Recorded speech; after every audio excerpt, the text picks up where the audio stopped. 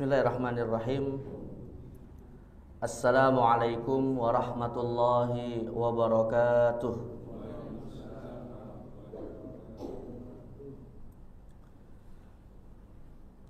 Alhamdulillahi rabbil alamin. Wabihi nasta'inu ala umurid dunya waddin. Wassalatu wassalamu ala man ba'athahu rahmatan lil alamin, Sayyidina wa habibina wa qurrati a'yunina wa maulana Muhammadin wa ala alihi wa sahbihi wa man sara ala nahjihi ila yaumiddin, amma ba'd. Hadirin jemaah sekalian yang dimuliakan Allah Azza wa Jal, alhamdulillah kita bersyukur pada Allah Subhanahu wa taala, siang hari ini kembali diberikan kesempatan untuk kita bisa bermuajah, bertemu kembali dalam kajian ilmu yang tentu kita harapkan mudah-mudahan menjadi sebab Allah ridho kepada kita semua. Dan sebelumnya saya mohon maaf jika terlambat, mungkin udah lumayan lama Pak baru selesai sholat zuhur ya. Insyaallah ini istilahnya ada yang mengatakan dari netizen, si Matupang ini apa namanya, kemacetannya neraka katanya. Luar biasa. Tapi ya qadarullah, alhamdulillah bisa, walaupun ada apa namanya keterlambatan, tapi mudah-mudahan masih ada kesempatan untuk kita bisa sharing ilmu kembali. Dan hari ini kita akan melanjutkan pembahasan tentang fikih waris, di mana temanya adalah taurits al-gharqa wal hadma. Taurits al-gharqa wal hadma. Jadi ini salah satu pembahasan yang sifatnya kasuistik di dalam hukum waris, tetapi sebenarnya juga hampir cukup sering terjadi ya mas kalian ya. Yang mana yang dimaksud dengan gharqa dan hadma ini sebelum kita masuk kepada maksud dari persoalan ini. Jadi gharqa dan hadma ini Pak, istilah para ulama klasik ya di dalam membahas tentang persoalan hukum waris ketika ada beberapa orang yang memiliki hubungan kekerabatan tetapi mereka kemudian meninggal secara bersamaan. Ya. Jadi gharqa itu jamak dari ghariq. Ya, ghariq itu artinya adalah orang yang tenggelam. Dan hadma itu jamak dari hadim. Hadim itu artinya orang yang tertimpa reruntuhan, ya bisa gempa atau bisa sebab-sebab yang lain.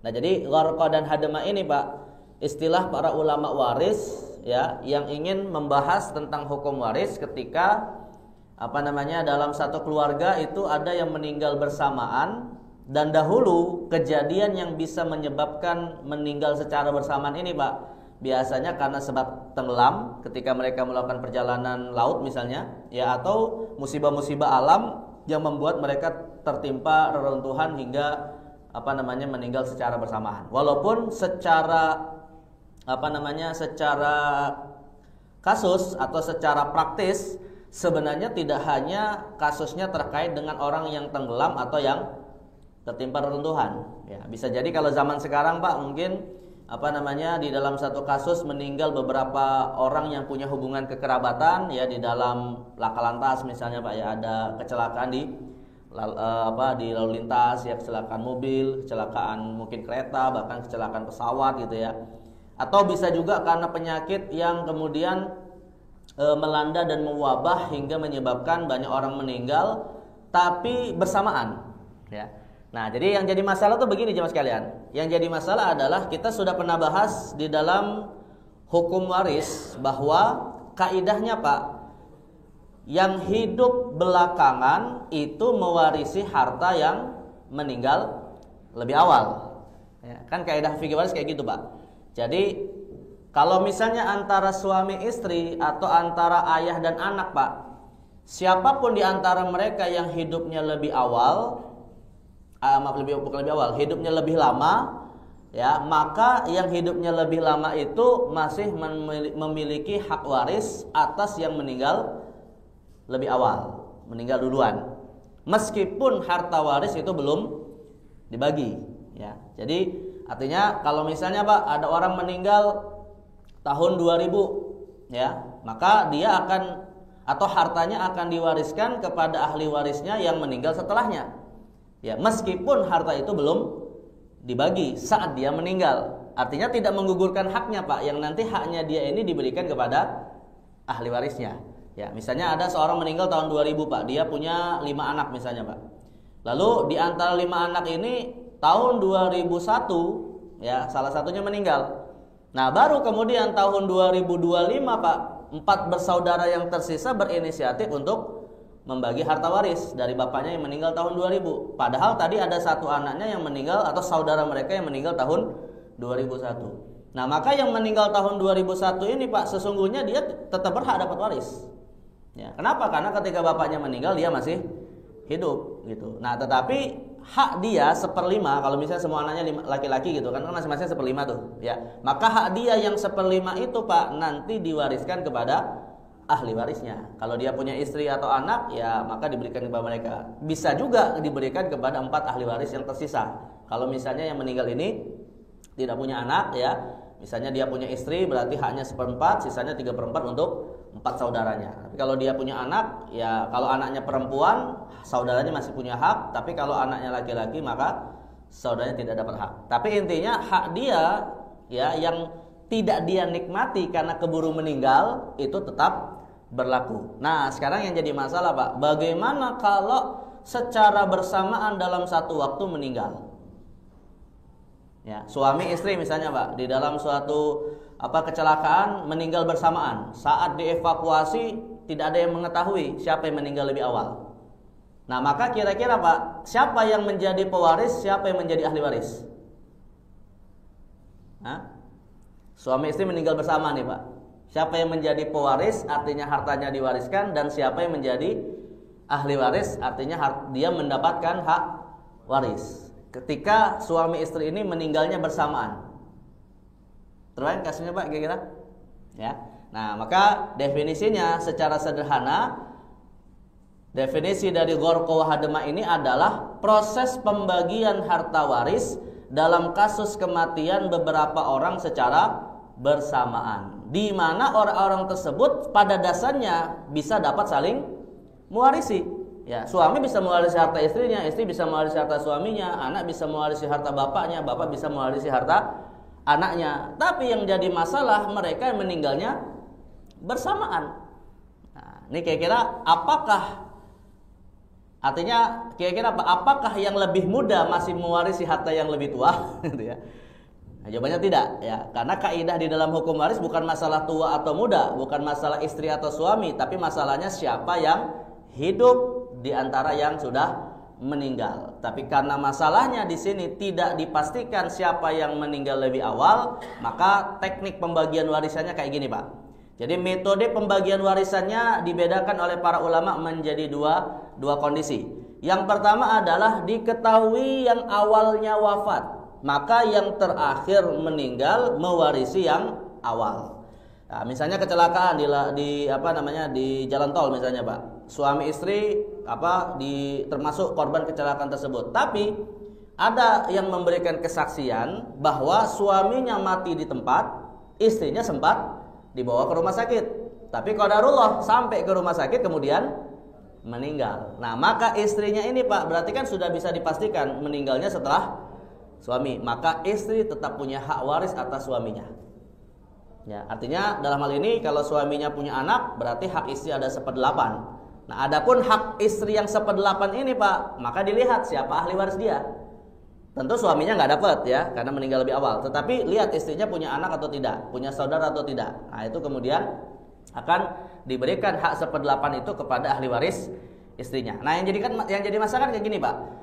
Istrinya dapat hak waris, tetapi anaknya misalnya hanya anak perempuan, nggak punya anak laki-laki. Berarti kan istrinya dapat 1/8, kemudian anak perempuannya dapat 1/2, sisanya menjadi milik siapa?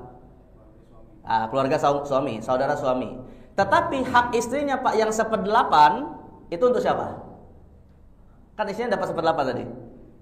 Nah, hak si istri yang 1/8 itu, Pak, diberikan kepada anak perempuannya lagi 1/2, sisanya 1/2 yang lain kepada saudara siapa? Saudara suami atau saudara istri? Saudara istri. Nah, karena saudara ipar bukan ahli waris ya.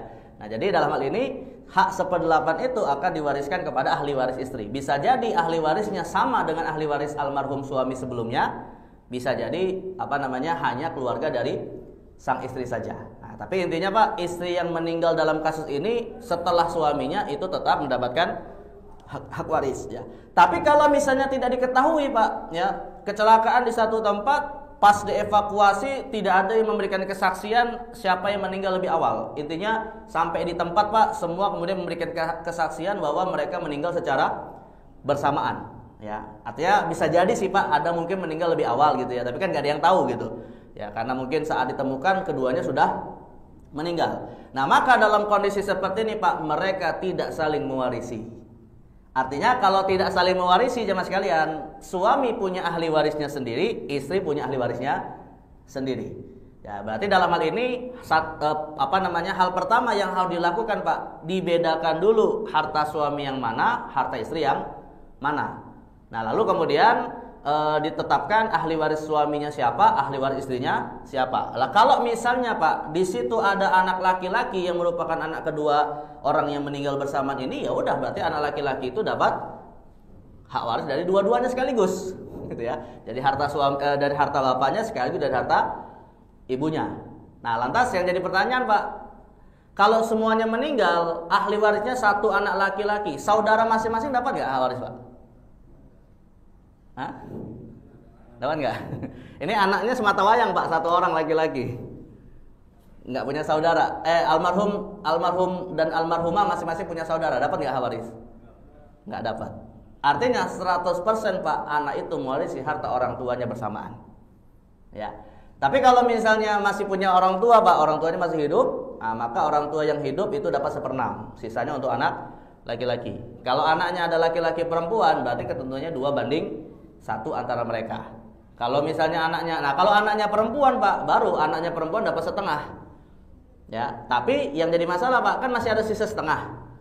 Nah, 1/2 ini tadi dipisah harta antara suami istri, 1/2 untuk saudara istri, 1/2 untuk saudara suami. Dan si anak perempuan dari masing-masing kedua orang tuanya yang meninggal bersamaan itu dapat 1/2. Ya, kalau lebih dari satu orang dapat 2/3, berarti 1/3-nya kepada saudara masing-masing. Nah, ini kalau yang meninggal ini tadi tidak diketahui siapa yang masih hidup di antara keduanya saat yang pertama meninggal. Ya, maka intinya sih gugur hak untuk saling mewarisi antara mereka yang meninggal bersamaan. Nah, kita ambil satu contoh Pak ya. Nah, ini pas kebetulan juga Pak, saya terlambat karena kasusnya singkat sebenarnya. Saya cuma ngasih satu contoh saja Pak ya. Nah, contohnya misalnya Mas kalian ya. Contohnya adalah tadi walaupun sudah saya sebutkan contohnya Pak, ini contoh lain ya. 2 orang bersaudara kandung. Nah, ini yang meninggal bersamaan 2 orang bersaudara ya, bukan suami istri. 2 orang bersaudara kandung Pak, wafat secara bersamaan. 2 orang saudara wafat secara bersamaan ya, dalam suatu musibah, masing-masing meninggalkan ahli waris sebagaimana berikut. Pewaris yang pertama Pak ya, itu meninggalkan istri, ayah, dan anak laki-laki. Pewaris yang kedua meninggalkan istri, ayah, dan keponakan laki-laki. Nah, sebelumnya saya tanya dulu Pak, ini kan pewaris 1, pewaris 2 masing-masing meninggalkan istri. Istrinya ini orang yang sama atau orang yang berbeda? Nggak mungkin sama Pak ya. Orang yang beda ya. Artinya istri almarhum pertama, istri almarhum kedua. Nah, yang kedua Pak, ayah. Ayah ini orang yang sama atau orang yang berbeda? Orang yang sama. Berarti 2 bersaudara ini punya satu ayah yang sama. Yang ketiga Pak, pewaris yang pertama memiliki anak laki-laki. Pewaris yang kedua nggak punya anak, tapi dia punya keponakan laki-laki. Nah, ini anak laki-laki dan keponakan laki-laki ini satu orang yang sama atau beda? Sama ya. Samanya gimana Pak? Ini keponakan saudara aja, berarti anak saudara aja kan ya. Nah, jadi si pewaris pertama punya anak laki-laki yang sekaligus merupakan keponakan dari almarhum yang kedua gitu ya. Nah, dan keponakan ahli waris bukan Pak? Ahli waris keponakan ya. Tapi yang jadi masalah, terhijab nggak dia nanti, terhalangi nggak oleh ahli waris yang lain ya. Nah, dalam kasus ini Pak, ada 2 ahli waris yang menjadi ahli waris dari 2 pewaris sekaligus.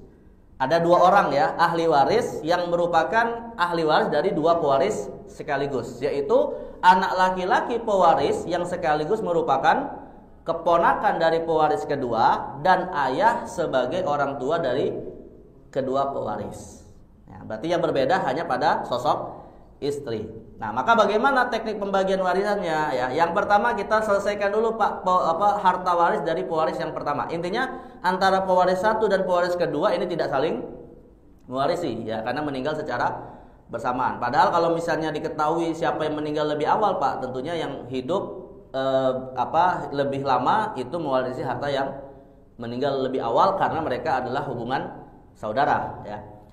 Nah, jadi pewaris yang pertama punya istri, punya ayah, ya, dan anak laki-laki. Berarti berapa hak waris istrinya, Pak?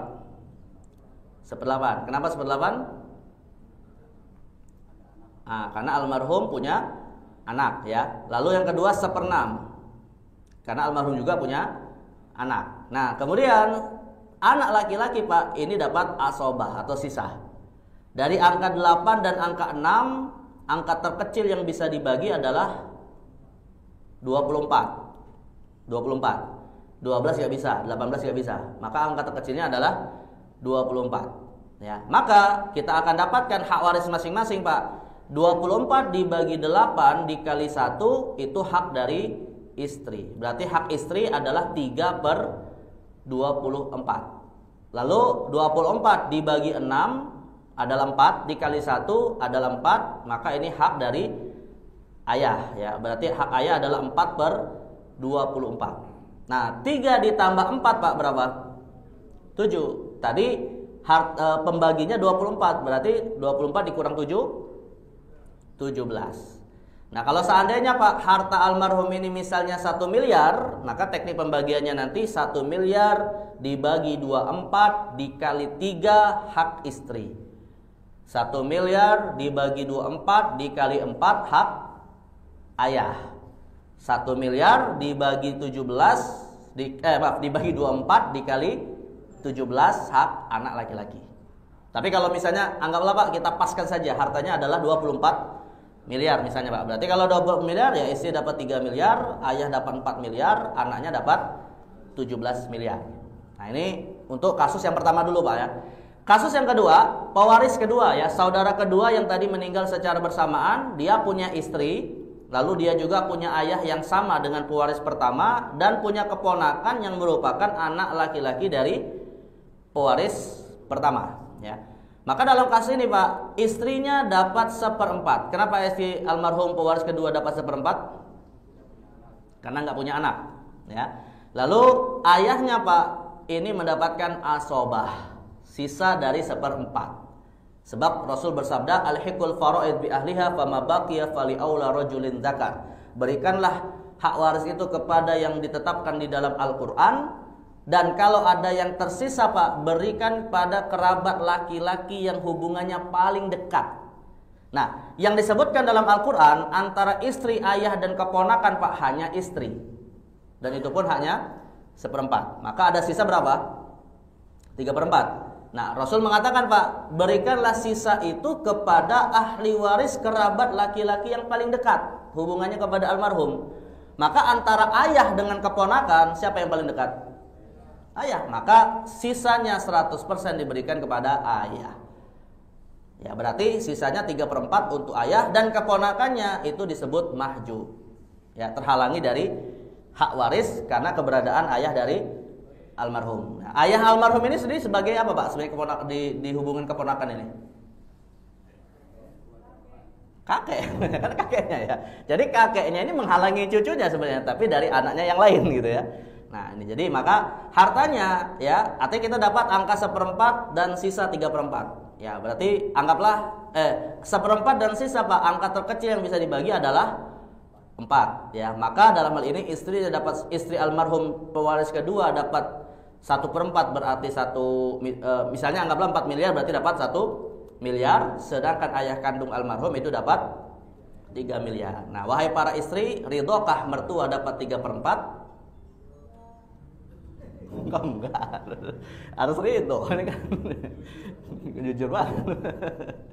Ya, harus itulah, karena yang dicari itu bukan masalah banyak atau sedikit, tapi keberkahannya. Ya, dan mudah-mudahan mertuanya semakin sayang sama menantunya ketika dia ridho dengan hak warisnya. Ya, hah? Ya kalau mertuanya ngasih, alhamdulillah. Tapi kalau enggak, tetap haknya ada 1/4 dan 3/4. Nah, maka kalau kita lihat Pak, sekarang kita jumlahkan Pak. Anggaplah ya, pewaris pertama harta warisnya 24 miliar. Pewaris kedua harta warisnya 4 miliar. Kira-kira Pak, masing-masing dari ahli waris dua kasus ini dia dapat berapa hak warisnya kalau diuangkan? Istri dari suami pertama dapat 3 miliar dari suaminya. Istri dari suami kedua dapat 1 miliar dari suaminya. Nah, ayah Pak, ini yang paling banyak, bukan paling banyak sih, ayah lumayan ini. Ayah ini dapat warisan 2 kali berarti kan? Dari anak pertamanya, lalu anak keduanya. Ya, wajar Pak. Ya, karena dia yang paling sedih, anaknya dua-duanya meninggal bersamaan. Maka insya Allah mudah-mudahan harta warisnya ini bisa meringankan kesedihannya. Jadi dari anak pertama berapa? 4. Ya, dari anak kedua 3. Berarti sisanya berapa? Berarti totalnya berapa? 7 miliar. Ya, dari yang pertama dapat 4, dari yang kedua dapat 3, ya.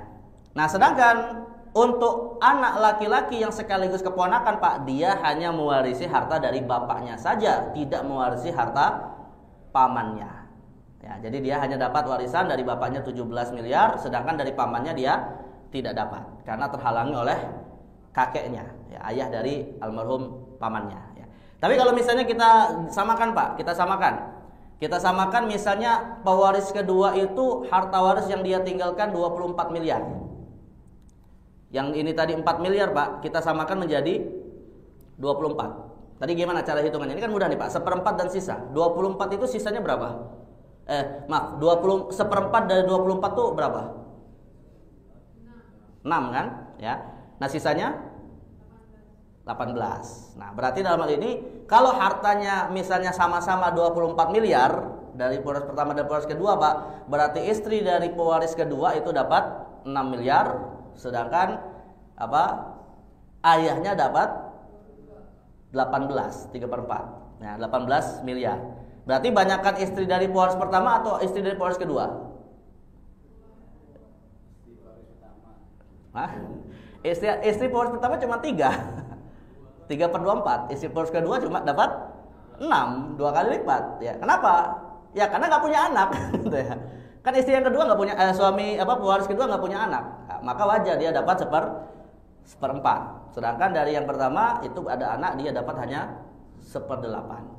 Tapi yang paling besar dalam hal ini adalah ayah dari almarhum kedua pewaris ini dan juga anak dari pewaris yang pertama. Ya. Baik, intinya sih kaidahnya jemaah sekalian, antara dua pewaris yang meninggal bersamaan ini tidak saling mewarisi, ya, dianggap tidak saling mewarisi dan akhirnya dihukumi layaknya ada 2 orang yang mewariskan harta kepada 2 ahli waris yang berbeda. Walaupun bisa jadi antar ahli waris berbeda itu, antar ahli waris yang pewarisnya berbeda itu memiliki kesamaan status, ya, tergantung bagaimana melihat dari hubungan kekeluargaannya. Baik, jemaah sekalian, bukan Allah SWT, inilah yang disebut dengan pembahasan tauris, ya, atau pembagian waris untuk kasus al-gharq wal hadma yang meninggal bersamaan. Artinya kalau meninggal bersamaan bisa jadi 2 kasus, bisa jadi 2 pewaris, bisa jadi 3 pewaris, bisa jadi 4 pewaris, ya. Itu tergantung seberapa banyak yang meninggal secara bersamaan. Nah, kalau misalnya Pak semua keluarganya meninggal nggak tersisa, ya, hartanya punya siapa? Lantas? Nih ya, 2 tahun nggak diurusin, disita gitu ya. Ya sebenarnya benar sih Pak. Kalau dalam hukum Islam dia masuk sebagai kas umat Islam. Ya, tapi dengan catatan Pak, tidak diperuntukkan untuk secara umum layaknya pajak, hanya untuk kepentingan umat Islam. Jadi dia dikuasakan dalam hal ini bukan kepada misalnya Menteri Keuangan atau kepada DJP misalnya, tapi dikuasakan kepada Baznas. Ya, dan Baznas kemudian mengalokasikannya khusus untuk umat Islam saja. Ya, tidak boleh kemudian untuk kepentingan umum. Layaknya seperti zakat lah. Ya, jadi khusus untuk mustahik-mustahik yang ditetapkan di dalam hukum Islam. Ya. Baik, ini mungkin yang bisa saya sampaikan ya Mas kalian, ya, mudah-mudahan bermanfaat dan memberi wawasan kepada kita. Mungkin ada yang bertanya Pak sebelum kita tutup? Masih ada 2 menit lagi. Ya. Itu ayah boleh nikahin istri itu? Ayah? Ayah yang itu boleh nikahin anak? Ya nggak boleh, kan menantunya. Ya emang boleh mertua nikah sama menantu. Ya nggak boleh. Tak. Ini apa mau sekalian? Enggak boleh. Tapi ayah itu Pak boleh menikahi istri anak tiri. Ayah tiri itu boleh nikah dengan istri anak tiri. Ya, tapi kalau menikahi anak menantunya ya nggak boleh. Kan jatuhnya menantunya istri sini kan. Itu apa mahram seumur hidup. Ya. Jadi ayah itu Pak boleh menikahi istri anak tiri, boleh menikahi istri anak angkat. Karena nggak punya hubungan mahram. Ya, siapa lagi Pak? Yang biasanya anak kandung nggak boleh karena itu apa menantu gitu ya. Anak itu ada berapa biasanya Pak? Ada anak kandung, anak tiri, anak angkat. Ada nggak selain 3 ini? Nggak ada ya? Ya, nah dari ketiga jenis anak ini Pak yang boleh dinikahi istrinya oleh bapak sang anak itu hanya dari anak tiri dan anak angkat. Makanya di dalam Al-Quran Allah mengatakan wa halailu abnaikumul ladzina min aslabikum, dan haram menikahi anak-anak yang berasal dari sulbimu, maksudnya anak kandung. Nah, jadi istri dari anak kandung itu termasuk mahram. Nah kayak gitu. Baik. Jelas Pak? Baik, ada lagi pertanyaan Pak? Cukup? Cukup ya? Baik, mudah-mudahan apa yang kita bahas hari ini manfaat. Dan sekali lagi saya mohon maaf ya ada keterlambatan, mungkin nanti sekalian sholat zuhur di sini belum sholat zuhur. Dan mari kita tutup dengan doa kafaratul majlis. Subhanakallahumma bihamdika asyhadu an la ilaha illa anta astaghfiruka wa atubu ilaik. Wa sallallahu ala sayyidina Muhammadin nabiyil ummi wa ala alihi washabihi wa baraka wasallam. Wassalamu alaikum warahmatullahi wabarakatuh.